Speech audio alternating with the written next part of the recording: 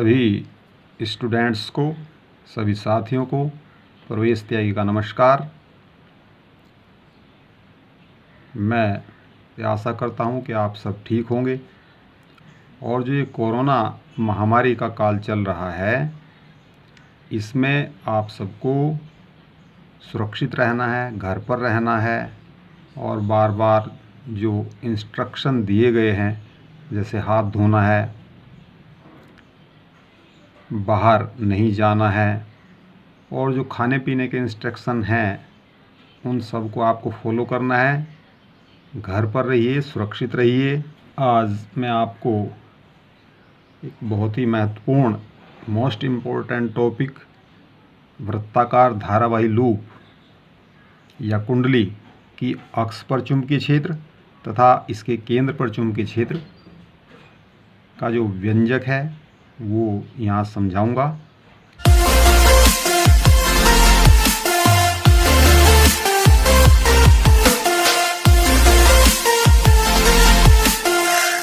ये जो वृत्ताकार लूप है यहाँ आपको दिखाई दे रहा है, ये आर त्रिज्या का है और इसमें आई धारा प्रवाहित हो रही है। ये जो लूप है, लूप के केंद्र O से x दूरी पर एक बिंदु P है जिस पर चुंबकीय क्षेत्र की तीव्रता ज्ञात करनी है और यहाँ हम इसके लिए एक लघु अवयव dl जो इसके बिंदु A पर है, यहाँ बिंदु कोई A है, इस पर जो लघु अवयव है dl उसे मान लेते हैं। dl से जो बिंदु P की दूरी है वो A है। अब मैं आपको इसे समझा रहा हूँ। आप ये मैंने चित्र दूसरा बना हुआ है, इसमें आप देख रहे हैं जो मैंने आपको बताया वो सभी चीज़ें इसमें दर्शा दी गई हैं। ये लघु अवयव है dl और इसकी बिंदु P से दूरी A है और ये जो कोण है ये मान लिया अल्फा है। अब जो लघु अवयव dl है, आपने बायो सेवर्ट नियम में पढ़ा है कि धारावाही चालक का जो लघु अवयव है, अल्पांश है, उसके कारण उससे दूरी r पर चुंबकीय क्षेत्र की तीव्रता का जो सूत्र है वो आप जानते हैं। यहाँ दूरी a है, हमें उसमें a रखना है बायो सेवर्ट नियम में। तो यहाँ आप बायो सेवर्ट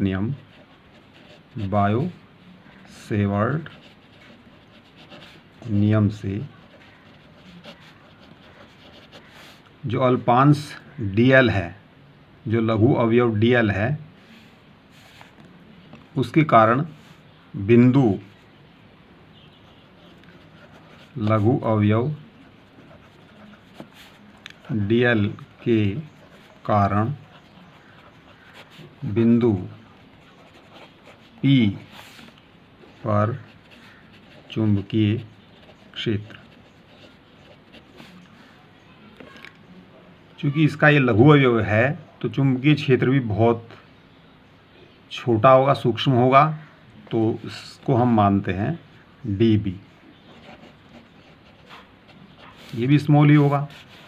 सूत्र क्या है? μ0/4π I dl, जो छोटी लंबाई है उसमें हमने बताया था डेल्टा l, तो यहाँ लघु अवयव है तो dl आ जाएगा, बहुत सूक्ष्म है ये। साइन थीटा अपॉन वहाँ r स्क्वायर है सूत्र में, तो यहाँ ये जो दूरी है वो a है, तो अपॉन a²। अब आप यहाँ देख रहे हैं, ये आपको ध्यान देना है, ये कोण है, ये वाला, ये कोण 90 डिग्री होगा जब ये त्रिज्या यानी लूप की जो त्रिज्या है वो बहुत कम होगी। तो ये बिंदु जो A बिंदु है यहाँ, ये इसके बहुत निकट होगा O के। जो केंद्र है ओ के, ये बिंदु ए इसके बहुत निकट होगा यहाँ। तो जब ये निकट होगा तो ये कोण जो है ये वाला जब यहाँ से मिलाएंगे तो ये लगभग 90 डिग्री का हो जाएगा। तो ऐसी स्थिति में जबकि लूप की त्रिज्या बहुत कम है, जबकि लूप की त्रिज्या बहुत अल्प है, तो ये जो कोण है थीटा का मान 90 डिग्री होगा। तो डी बी बराबर हो जाएगा μ0/4 pi I D L sine 90/a²। आप जानते हैं साइन 90 का मान 1 होता है, तो डी बी बराबर हुआ μ0/4 पाई आई डी एल/a²। ये समीकरण नंबर 1।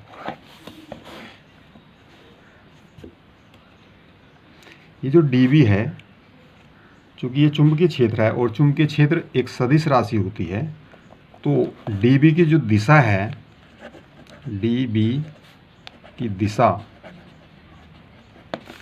जो dl है इसकी दिशा जो अल्पांश है, यहाँ इस अल्पांश खंड की जो दिशा है, वह a जो ये वाली ये है, a की जो दिशा है, जो a वेक्टर होगा,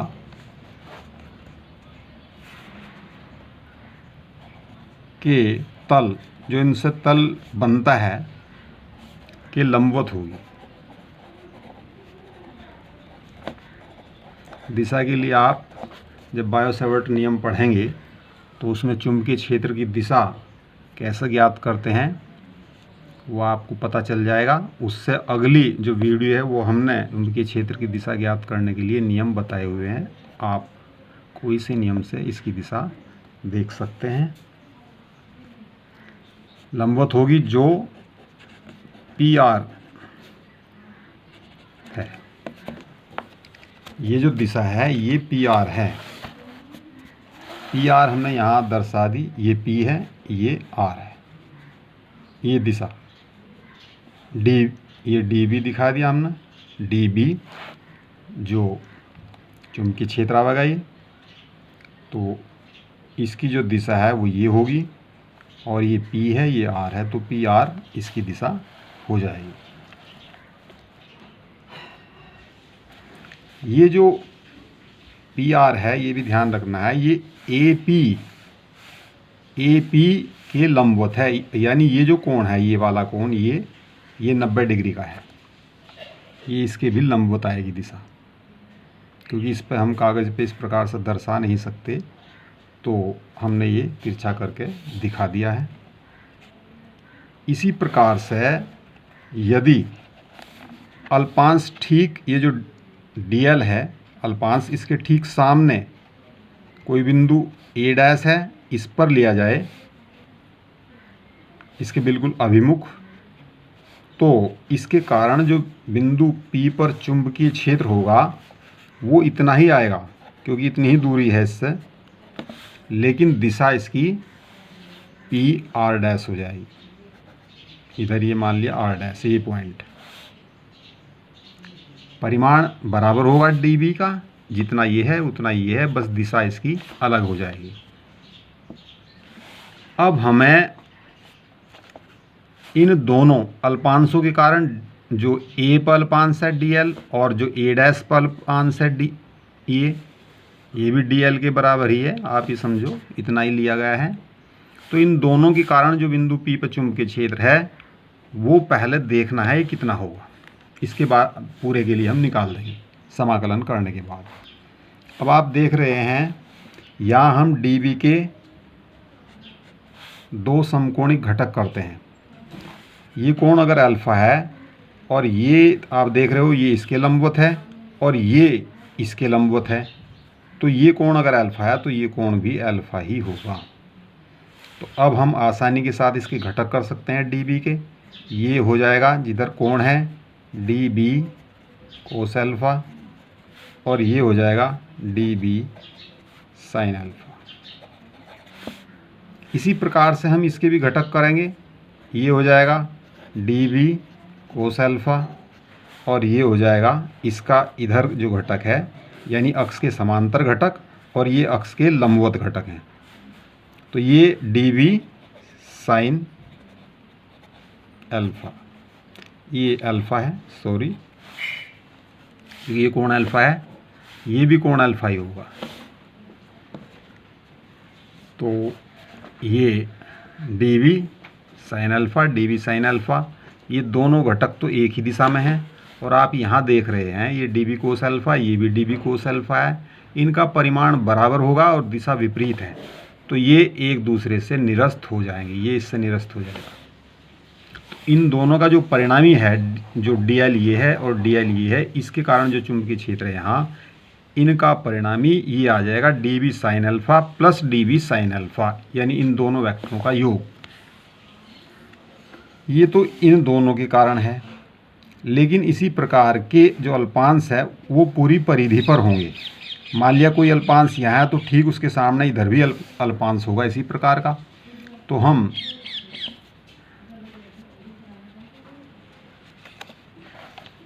पूरे लूप के कारण चुंबकीय क्षेत्र जो होगा उसकी दिशा आप यहाँ देख रहे हैं, O से P की ओर होगी और ये अक्ष के अनुदिश होगी, ये वाली दिशा ही आएगी सबके कारण। और अब हम चुंबकीय क्षेत्र पूरे लूप के कारण निकाल रहे हैं। चुंबकीय क्षेत्र पूरे लूप के कारण बिंदु P पर ये हो जाएगा dB साइन अल्फ़ा, इसका इंटीग्रल कर देंगे बंद परिपथ के लिए। ये जो पूरा परिपथ है ये एक बंद परिपथ है। जब हम इसका इंटीग्रल करेंगे dB साइन अल्फ़ा का, तो ये पूरे लूप के कारण जो बिंदु P पर चुंबकीय क्षेत्र है वो आ जाएगा। अब आप जो साइन अल्फ़ा है, साइन अल्फ़ा का जो मान है वो इस त्रिभुज से, इस वाले त्रिभुज से, ये जो AOP त्रिभुज है, इससे आप निकाल सकते हैं साइन अल्फ़ा बराबर R/A, लंब अपॉन कर्ण। तो इस साइन अल्फ़ा का मान R/A है, ये हम यहाँ रख सकते हैं। और dB का जो मान है वो हम पहले निकाल चुके हैं, ये रहा समीकरण 1 से dB का मान रख लेंगे। तो ये dB का मान कितना है, μ0/4 पाई IdL/A²। और ये जो साइन अल्फ़ा का मान है ये है R/A।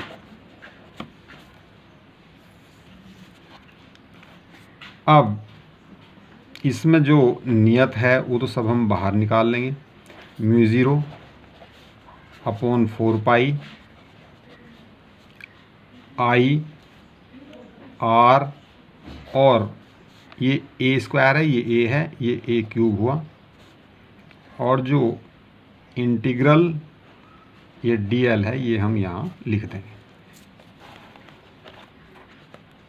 अब इंटीग्रल dl कितना होगा, जितनी इस लूप की टोटल लंबाई है, अर्थात इस वृत्ताकार लूप की परिधि है। तो ये dl का इंटीग्रल इसके बराबर हो जाएगा और ये परिधि कितनी हो जाएगी, 2πr। इस प्रकार से हम ये लिख सकते हैं कि ये μ0/4 पाई IR/A³ और ये हो गया 2πr। अब ज़रा A का मान भी यहाँ से ज्ञात कर लीजिए, A कितना हो जाएगा। ये समकोण त्रिभुज है, इसमें ये कर्ण का वर्ग बराबर जो अन्य दो भुजाएं हैं उनके वर्गों का योग, यानी A का जो मान हो जाएगा वो R² + X² का वर्गमूल हो जाएगा। ये भी हम इसमें यहाँ रखेंगे। जो A है वो बराबर हो जाएगा √R²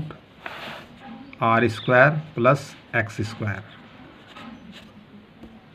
तो यहाँ से ये जो dV हुआ, dV बराबर μ0/4 पाई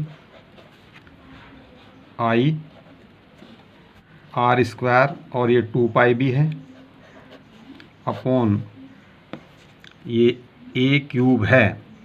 तो यहाँ A का मान रख दीजिए आप √R² r square plus x square और ये इसका क्यूब, ये बी है। तो यहाँ से जो बी का मान है वो आ जाएगा बी बराबर mu zero upon 2 I are square upon ये R square plus x square की पावर 1/2 है। वर्गमूल का अर्थ है 1/2 पावर, और 1/2 की पावर 3, तो 1/2 में 3 की गुणा हो जाएगी, तो ये आ जाएगा 3/2। तो ये हो जाएगा r square plus x square की पावर 3/2। तो ये इस लूप के कारण, एक लूप के कारण बिंदु P पर चुंबकीय क्षेत्र का फार्मूला है। अब अगर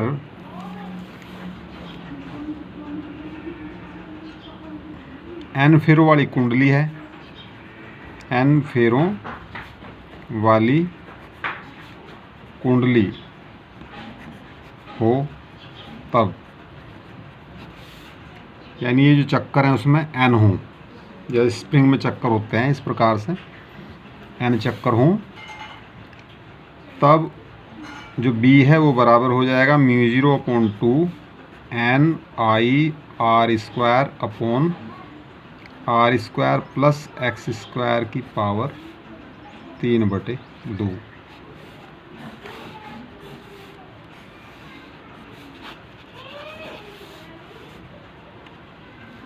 ये फॉर्मूला हो जाएगा। जो दिशा है बी की, चूँकि बी एक सदिश राशि है, वेक्टर राशि है, तो बी की दिशा आप यहाँ देख रहे हैं। ये बिंदु जो इसका केंद्र है O से और P की ओर ये दिशा है, ये वाली दिशा है ये।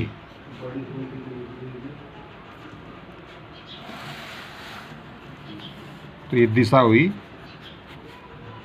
OP, यानी O से P की ओर। अब अगर हम इस लूप के केंद्र पर निकालना चाहते हैं चुंबकीय क्षेत्र, जो बहुत इम्पोर्टेंट है, अक्सर ऐसा ही प्रश्न पूछा जाता है कि धारावाही लूप या कुंडली के केंद्र पर चुंबकीय क्षेत्र का मान ज्ञात कीजिए।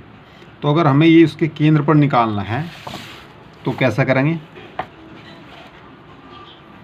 लूप के केंद्र पर चुंबकीय क्षेत्र,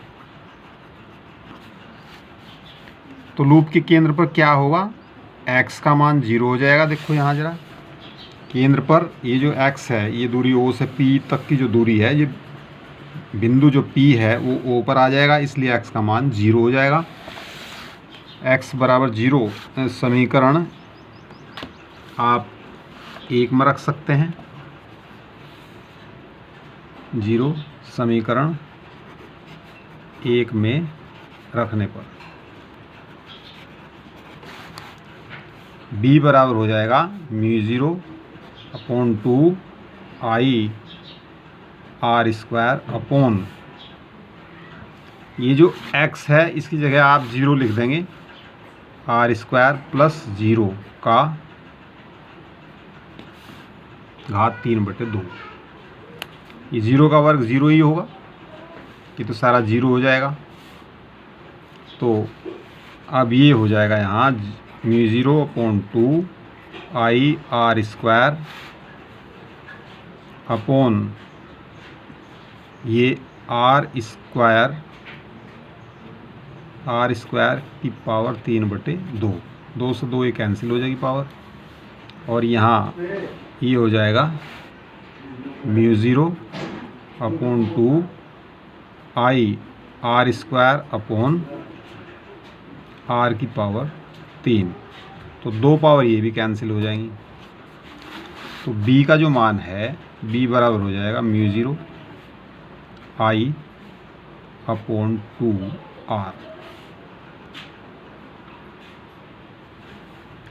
ये अगर कोई लूप है तो उसके केंद्र पर चुंबकीय क्षेत्र का फार्मूला है। यदि कुंडली n फेरों वाली है, n चक्कर हैं, तब हम ये जो B का फार्मूला है जो एक लूप के लिए है, इसमें यहाँ n से गुणा कर देंगे तो B बराबर आ जाएगा चुंबकीय क्षेत्र केंद्र पर μ0 Ni/2r।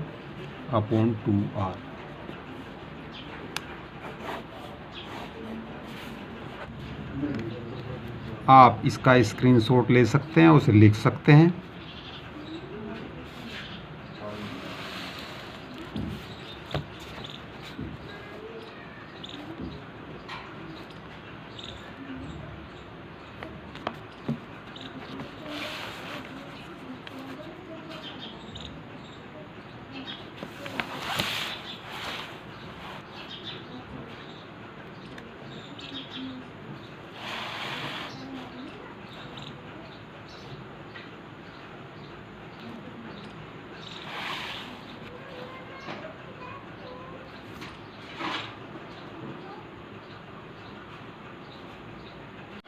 आप